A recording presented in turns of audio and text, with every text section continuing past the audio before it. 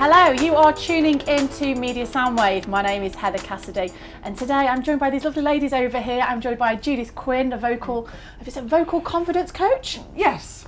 And her company's called Your Whole Voice, and we have Marianne Page, who is the CEO and founder of Marianne Page Limited. Thank you very much for joining us. Great to be here.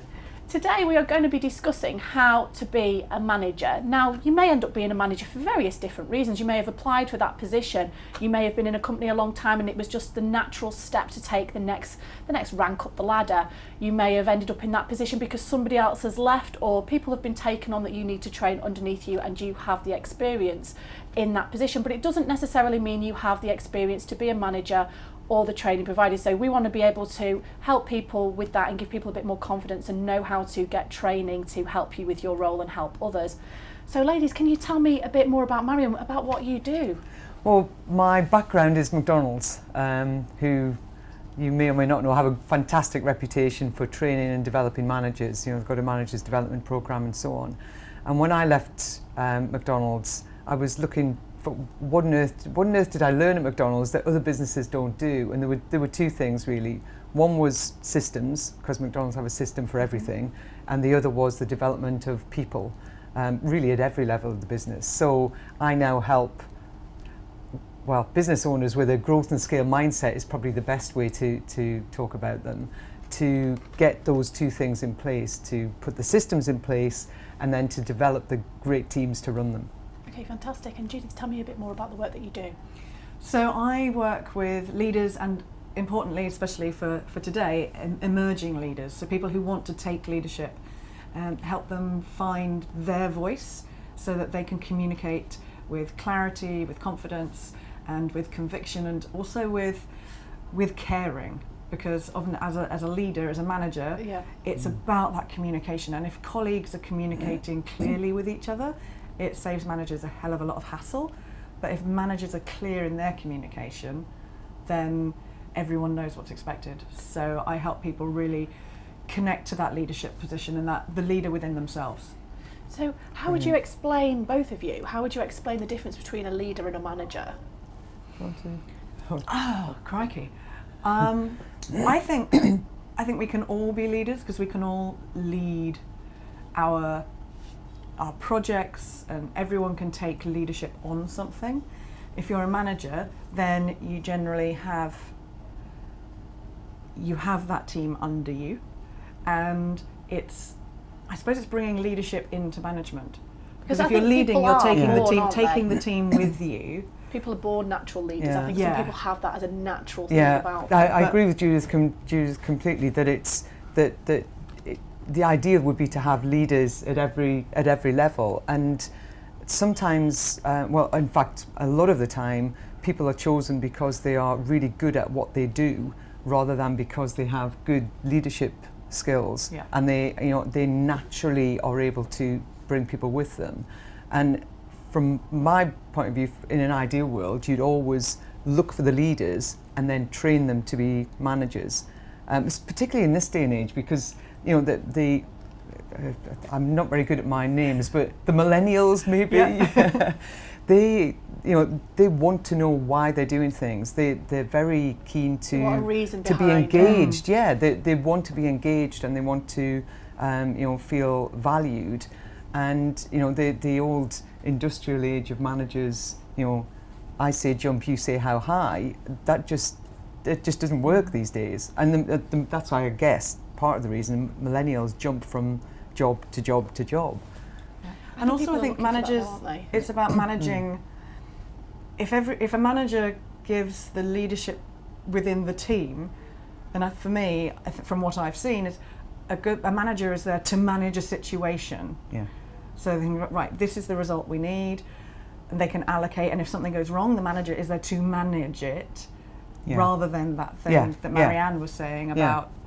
I say jump, you say how high. It's like the management of the resources, but then Lao Tse Tung said way back when that lead your team so that when they achieve their goal, they'll say that they did it, not that you led them to do it. It's all about them. So how would you say is the best way to go about training the people in your business to do everything in your business? How would you go about that?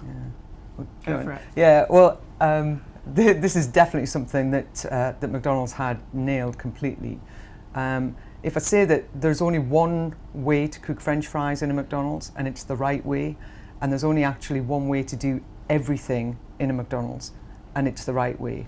And when you bring in a spotty 16-year-old who wouldn't tidy their room at home, it's actually then very easy to get them to follow the one right way, because everybody, it's not John's way and Heather's way and Judith's way and Marianne's way, it's McDonald's way of doing things in the business. So everybody that comes in, this newbie can come in, be taught how to do fries, and within a day, 2 days at the most, they're already taking ownership for it because they know exactly how to do it. They know what's expected of them. They can't do it wrong. They because can't they do know it wrong the because exact way of doing it. and also because if anybody that passes them sees them doing anything, they know what the right way is, so they can say, "Oh no, you need to shake the fries," or "You need to." Getting to McDonald's here, but it's the same. It's the same in any business. What often happens is that a business owner will start their business as on their own, and then they'll build a very small team, and at that point everybody knows how to do everything. Because you've got a small team. Because you've got a small team, and yeah, absolutely. But as the team grows, and you get that sort of 10th, 11th, 12th, 13th person, and then it becomes Heather's way, Judith's way, Marianne's way, rather than this is the way we do things. By. So how would you say to a company, what is the best way to go about hiring a manager? Do you want to do that one? Crikey, I mean, I don't have personal experience in that, so, but from what I've seen, it's about, I think, for me, everything's about communication and connection. Yes. And what I loved about what Marianne was saying just there about training is it's really important that people take ownership. And so I think if you are hiring a manager, you need someone who is able to take ownership, but also to give people, empower people to take ownership themselves. And obviously with what I do with vocal confidence is taking the ownership to feel like you have a voice. So for me, obviously it's about, well, if you've got a manager, then what do you need them to do? What are the results you need them to create for you? Again, communicating that clearly, but also what are they like as a communicator? Mm-hmm. How are they going to say, no, or, we showed you how to do that, actually this is the way they do it. How are they going to communicate that to the team? Because that makes, the number one thing I hear from people who are uncomfortable in their jobs or not liking their jobs is, oh God, you know what, I used to have a great manager, but I hate my new manager. Yeah. And that's normally about communication. Actually last night, a friend I was talking to last night was saying exactly that the new job's easier, it fits in better with her life balance, but she hates her manager because what a shame. Her manager is just dum, do this. So I think if you're looking to hire a manager, it's about how much awareness do they have of other people, what are their communication skills, because if a manager can't communicate, and if a manager can't empower every member of the team to communicate, and remember that everyone communicates differently, then the team's not going to work, and then the manager's not going to work.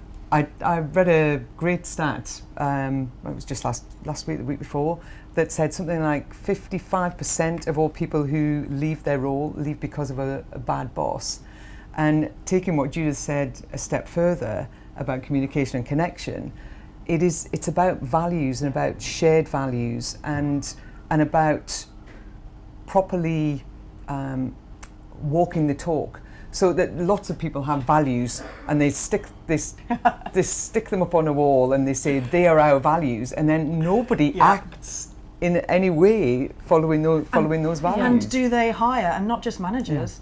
Are you hiring people Absolutely. who share your values. Yeah. You need all your different skill sets, I think but that's you need so people with your important. values. Yeah. When hiring staff, I think everybody needs to understand your focus and your goals and actually what you as a company do. Yeah. Yes. And they need to be on board with that, because if they don't see the same values and they want something completely different, then there's no point even them wasting their time working for you when they can go to a company that's right for them to start with. One of the questions I love to ask is, if you had the chance, how many of your current team would you rehire tomorrow? And I don't think I've ever had anybody say, well, all of them. There's always, oh well, John, oh crikey, John's never been right from day one. Oh right, how long's he been working for you? I'm glad we don't God. have John anyway. It We've got must- someone here. Well, it must be here 12 years now, and he's never been right from day one. And it's people That's are such a shame though, isn't it? Because not only is it not drives me right for the mad. company, It's not right for the- not only is it not right for the person themselves, it's not right for everybody, because obviously there's going to be an unbalance of energy and communication across the board if someone's not right in that position. Yeah. But it's also what you were saying about the managers that do this, do that.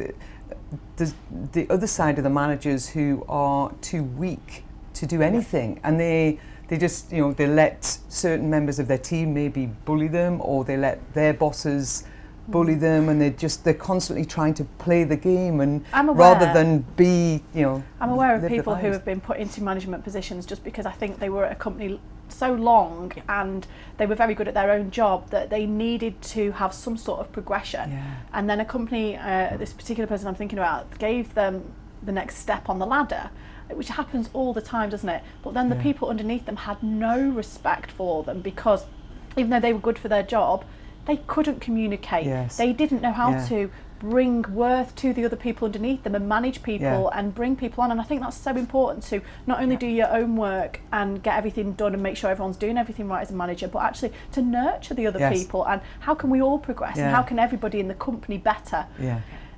And to make it clear too, I just did a corporate workshop the other day, and the MD was in, because it was the first workshop I'd done for the company.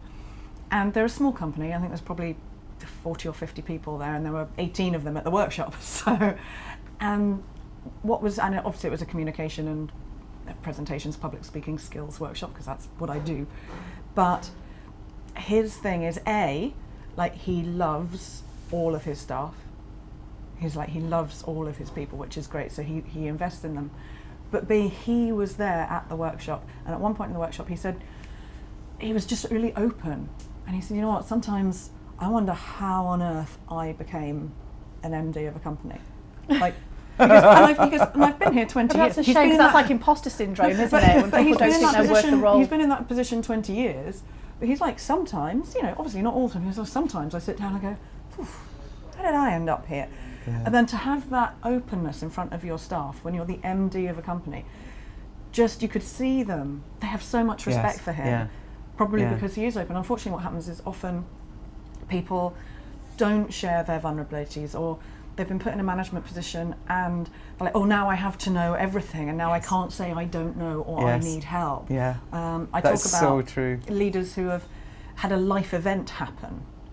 And often that can be challenging. It can be a personal separation, or a business partner leaves, or you're left in the lurch. But it can also be, like you were just talking about, it could be a promotion, and you're suddenly in this position going, what am I doing? I've got to, oh crikey, now I've got to not just maybe speak at conference or deliver presentations to the board, but I've also got to stand up in front of my team, people who maybe earlier I worked with and now I'm managing.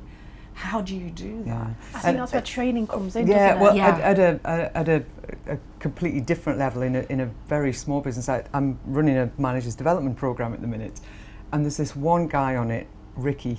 I'm sure he won't mind me mentioning his name. I'm sure he won't mind me mentioning his name. Ricky is not John, so we're okay. No, Ricky's a really good guy. But he works for a car park company, and their job is to go around and give tickets. And he was one of the guys going around and giving tickets. And then he got promoted to manage the guys going around giving tickets. And in our first session together, we were talking about that, and he said, well, they just won't respect me. They won't do what I tell them to do, and I keep telling them they won't follow instructions. They won't follow my orders, and all of his language was about orders and instructions, and I'm telling them, and I just we talked about values, and we talked about leadership, did you give him some and we tips on talked how about to get people to respect him? Yeah. We talked about changing his language, and we talked about it's about the team. And he came along to the second session, and I said, so right, everybody, one win and one learn, the usual thing. And he was honestly, it was a Zoom call, but I could practically see his little chest pumped out. That he'd gone back to his team. He said, I took on board what you said, and I thought about what I would have wanted. And he said, I said to them, right, this is what we're going to achieve this week. These are what our targets are. Let's see what we can do. And he said, and they achieved them. And it was just, I felt absolutely fantastic. He felt brilliant. But everybody knew what was expected of them, and was worked there together as a team. And I did say to him, because he said there's still one guy who will say things like, oh, do that, Ricky won't mind. And I said, just take him to one side. I said, go and take him for a coffee and sit down and say, look, this isn't helping the team, it's not helping you, it's certainly not helping me. As I'm in this position now, we need to work together. It's only going to end one way. If you carry on like this, I'm going to have to do something about it, and just actually have the adult-to-adult conversation. What's your advice for non-confrontational feedback, though? Because some people are very defensive and they won't listen. You try and approach them in a nice, calm manner, and they straight away get on the defensive and don't want to hear what you're actually going to say. To be fair, though, it usually comes from the person who's about to give the feedback. They're expecting confrontation, and they go at it. To me, defensively, feedback should always be inspirational and motivational, because the goal of feedback is always to improve something. It's not to make somebody feel like crap. It's to improve. And also, I think, to improve, but also to take ownership. So if you've got a challenging situation with someone, or you're not getting the results you want, then going in with that defensiveness, expecting the other person to be defensive, is a challenge. But if you take ownership of it and say, I'm not sure if I explained myself clearly, or okay, so we're not getting the results that we want here. Everyone knows that the team's not working. I was wondering if you had any ideas. So if you give them the power, then also not only are you getting potentially other ideas that may help create the solution, but it's also disseminating that thing of, oh God, I'm in a meeting with the manager, I'm going to be in for a right rollicking here. Yeah, because thinking outside the box, so many people could bring something else to the table, and actually let's do things in a different way so that everybody's happy going to work. And this is where idea sharing is so important in team meetings. The number of people I work with who their big thing is that they don't feel confident speaking up in team meetings. They won't raise their hand and share their ideas, their thoughts, or their opinions. Most people, any kind of speaking in public, which a team meeting is, the fear is about fear of judgment. People are going to think it's a rubbish idea. So a lot of people. How would you then, apart from going and having vocal coaching with somebody like yourself, if everybody's not in a position to actually do that right away, or they need to wait to get on a course and things like that, what would you say to do for now? Would you say one-on-ones and have regular one-on-ones where people know it's going to be on a specific day and we're going to do it regularly, so if you've got an idea in the meantime, you're going to be able to convey your idea at that point? Or for the managers to make sure that at meetings they're not dominated by the people who always jump in. So that's part of your role as a manager, is to actually go to those people who you know aren't speaking up in team meetings, and either go to them before and say, have you got any ideas on this, so that if you're aware that maybe they feel a little intimidated in that situation, so find out individually, or in the meeting make sure that it is an area where everyone gets a say. And again, as the manager, to stop those people who, like me, when someone sparks an idea, they go, oh yes, because blah blah blah blah blah. And me. And me. We're probably all guilty here. Those people, so us, we actually inadvertently shut those people down Yeah, that's so who true. aren't so confident about speaking. And they might have a And- fantastic yeah. idea. Yeah. Yeah, I think as well though with the feedback side, when you remember that there should only ever be two types of feedback: appreciative feedback, where you're saying, "Well done, you did a great job, keep doing that," and constructive feedback, where you're going, "That wasn't quite right. This is how we can improve. Yeah. And you know, because what people tend to do is go in with the negative, or how many times do people just give no feedback at all, and they'll say, he knew I was angry. How? No. How did he know? Is he a mind reader? And it's just that, just giving no feedback at all, just sort of sending somebody to Coventry, where nobody Yeah. wants to go. Everyone in Coventry just People sits still use that expression, sending somebody to Coventry. It's such a bizarre one. Anyway, but it is that, it is What getting... did Coventry do wrong? Yeah, I don't Point I in don't time. know. It wasn't that, like Hartlepool, they hung a monkey or something. But on the meeting side, that getting everybody to sort of contribute by making sure that every meeting they know that they're coming, and they have to say like that, you know, Yeah. what's one win from the week, what's one learn, and what are you struggling with, or something along those lines. And then everybody feels that they have to say something. But it's about that culture, isn't it? It's about that culture of feeling that you can contribute, feeling It's a that you culture of can talk to your communication. manager. Absolutely. And when what you just said, Marianne, is so key about, but they knew I wasn't happy with that. Everyone has... Communication is key. Yeah. But everyone has a different perspective. So we all see the same thing from a different angle. Yeah. So from the window out there and the window out here, there's the same city, but we don't know that if this is my view. And if you think other people know what you're thinking, they don't. We don't know what's going on with people at home. We don't know what they're dealing with. We don't know if someone is snappy and short and like, well, yeah, fine. And whether that's in an email, because there's a lot of text communication which is challenging because you can't read tone. Oh, So you- very, Yeah, very yeah, challenging. You that put the tone, causes so many problems. yeah, you put the tone of the mood you're in on that email, and you also put the tone of the last time you spoke to that person. And so we don't know what's going on. So unless, like Marianne says, you know, unless you're clear in your communication, unless you give that feedback, Yeah. then how on earth are people supposed Absolutely. to know? I have not yet been into a business where we've talked to the team individually, got their views on what's working, what isn't, that communication hasn't been a problem. Communication is always the problem. People don't know what's expected of them. People don't know whether they're doing a good job or a bad job. You know, you'll say to me, so how do you know when you're doing a good job? Well, nobody's shouted at me, so I must be doing something right. I got a bonus. Yeah. But- Yeah, a lot of it is about communication. And personality types. Like there's so many different personality typing models out there, and I'm not an expert in any of them. But if you're aware that someone is, say, for example, a D in DISC, which is a driver, so they're those people who are task orientated and they want something done, and they're probably going to tell you to do something. They're probably and us as well. Instruct you to do something. I can step into my D. And you've got someone who's on the diagonal opposite, who's a sensitive, who likes to create a caring atmosphere and a caring environment and likes to take time over something and to feel valued. If you've got a D saying to an S, yeah, great, but have you got it done? They'll be sat there going, oh God, I offended them? Did I say something wrong? Did I do something wrong? And the D's not thinking that at all. They're just thinking, is the job done yet? Is it done? Yeah. Yeah, that's so... Yeah. Well, It's like a about becoming Yorkshireman talking aware. to a Southerner. That's what it's like. That's really... I'm you're working just- with a Yorkshireman at the moment, and he does in a company based in the south, and he says a lot. Well, it's because I'm a Yorkshireman, and they're just, you know. But of course, We do have quite a northern way, don't we? That we like things done, and it just needs to be done. Yeah, exactly. It's quite a No. quite a so northern having way. that awareness of half the time it's not you.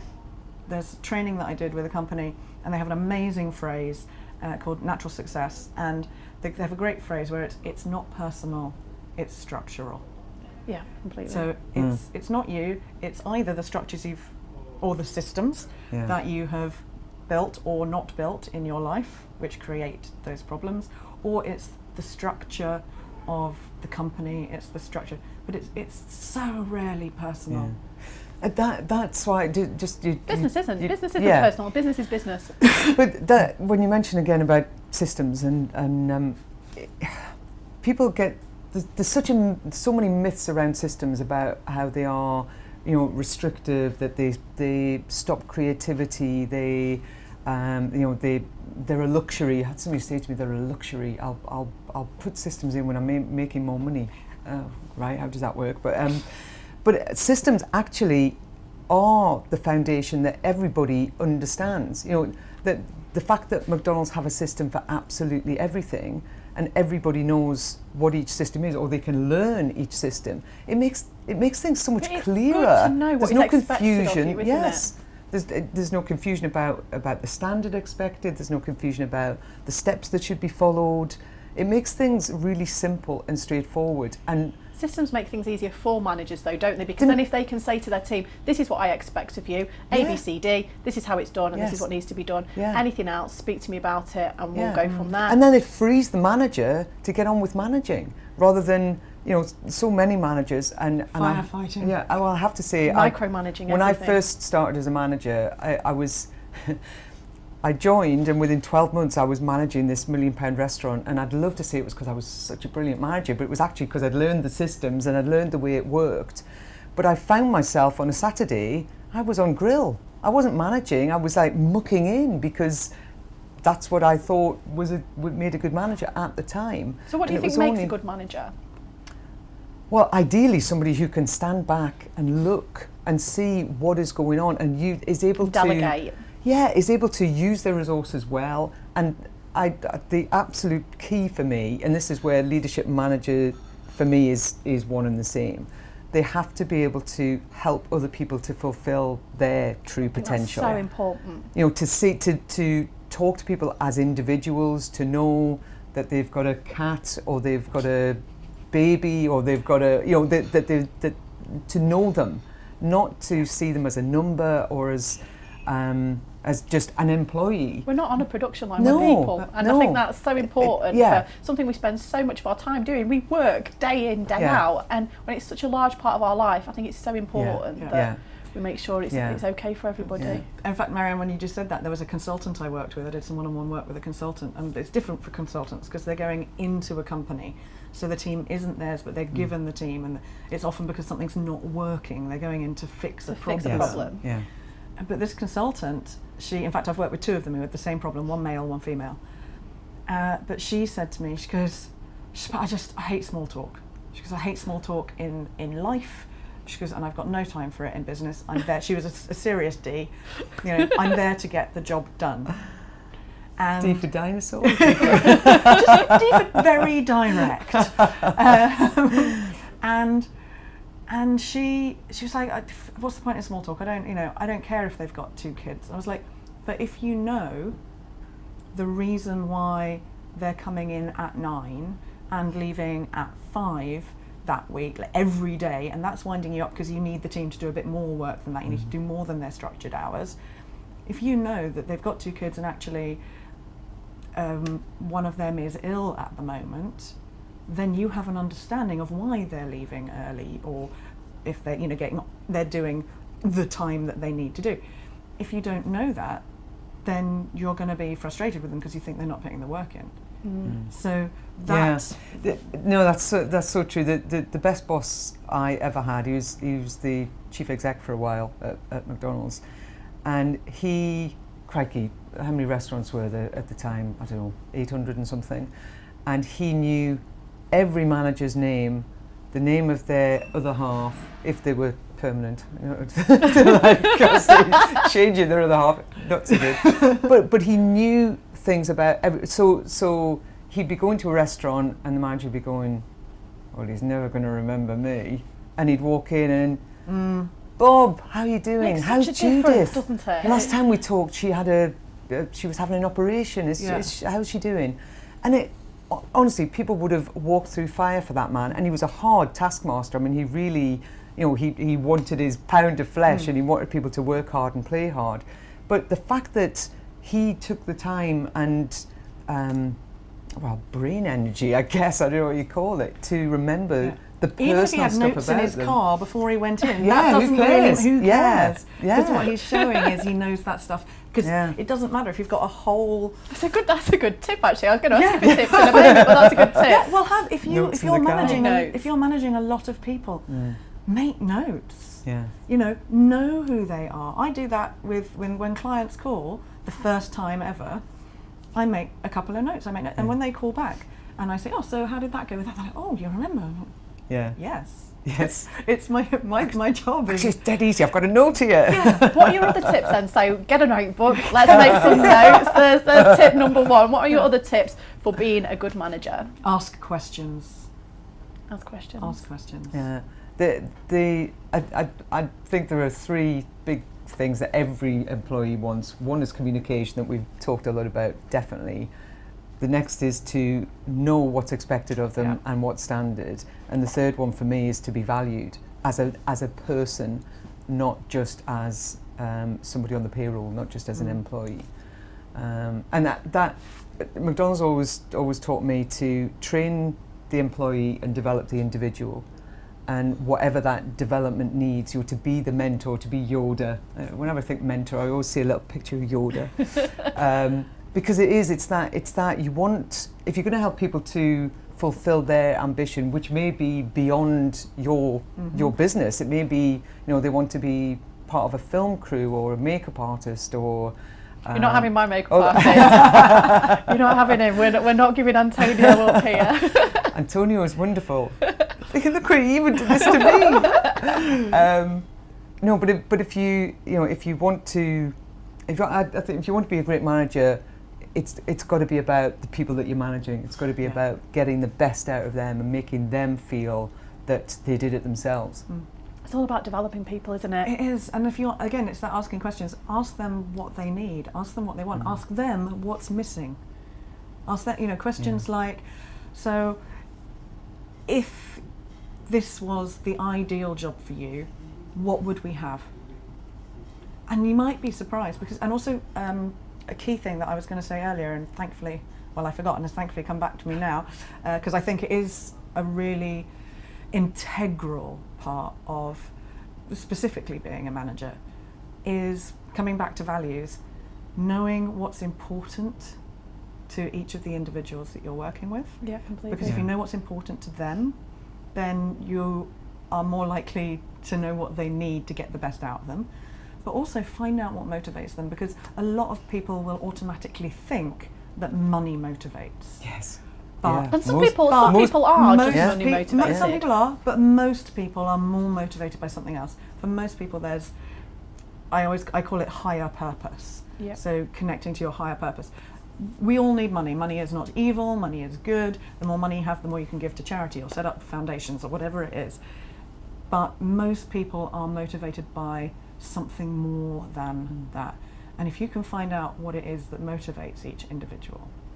And even the guy, you said money does motivate some people. Even the guy who actually lives for Friday and going down the pub and having a drink with his mates, he doesn't want to come to work and be bored. He doesn't want to come to work and just be dreading every single day and just it being a complete feeling it's a complete waste of his time.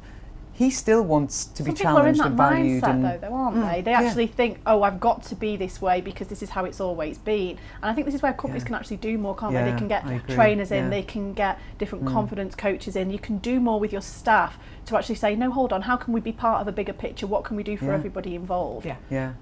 Especially in these times, I think you do have the people that are only money motivated, and you can't forget that they do exist because they do. Of course they do. But what do they want the money for? Yeah, that's what do they want? What do they want? What do they want the money for? Do they want the money because they want 10 pints, not 9 pints a night, or do they want the money because they want to be able to go away on holiday, or do they want it because they want a bigger TV, or there's always a reason that they want the money. Yeah. Unless they're what's-his-face Burns from The Simpsons and they want to sit there and count their money.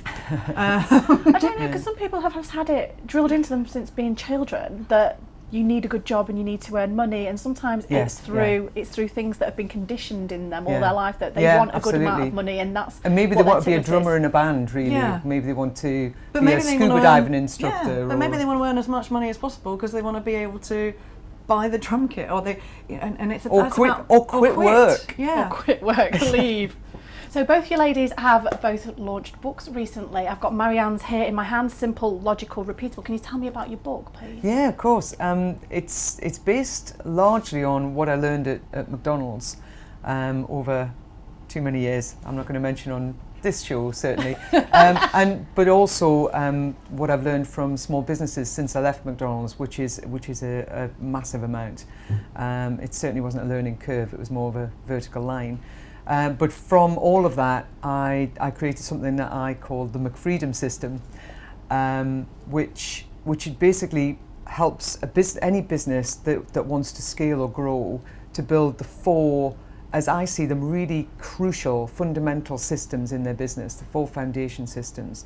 And that's your planning system, your customer experience system or process, your people systems, your hiring and your training, and then your performance management system, both performance managing of people, crucially, but also performance management of your business. And it's just getting those systems in place actually then gives you the launch pad to fly from. So yeah, it's the McFreedom system. All about systems and putting them in place. It's brilliant. Simple, logical, repeating. Tell me about your book as well. You've just got a new book coming out. I do, and I'm going to get the actual physical copy in my hands at the end of this week because it's super exciting, but it's why you can't. I've got an don't have e-copy. one. I've got an You've got an e-copy. e-copy, you do. So it's called Stop Shoulding, Start Wanting. And some people are like, shoulding's not a word, Judith. But it's that thing where you live your life going, oh, I should do this, I should do that, I should do that, I should See, I've managed do to the other. start it, and I found that really interesting because actually I got from that, the bit that I've read, if you're saying to yourself, I should be doing something, you're actually finding out what you don't want to do. Yeah, often. It's great. Yeah. And I That is so have true. to, or I need to, or I ought. It'll help you prioritise though if you think about what it is that you need to do and Yeah. what you should do Yeah. that you don't really want to Because that comes with a sense of duty or obligation, if you're feeling obliged, and that's heavy and that's difficult. And so it's an introduction to coaching, basically, and it takes through, it's experiential, so there are exercises in there, and it's figuring out either whether you can change that should into a want. So if it is absolutely, you really have to do it, then how can you do it with a better energy? How can you make yourself want to do it? And one of the examples I use is there was an elderly neighbour of she was a friend of my grandmother's, and she was in a nursing home, and I'd be like, oh, I really should go and see Elsie. Oh, I don't want to. But then I go, well, actually, if I was her age, she was like 90 years old, had no children, her husband had been dead 30 years, all her only family lived up in Scotland. It's like, if that was me, I'd want people to come and see me. Yeah, completely. Actually, I want to go. So you can change your should to a want if you change your mindset around it, or find out, actually I really don't want that in my life anymore and ditch it.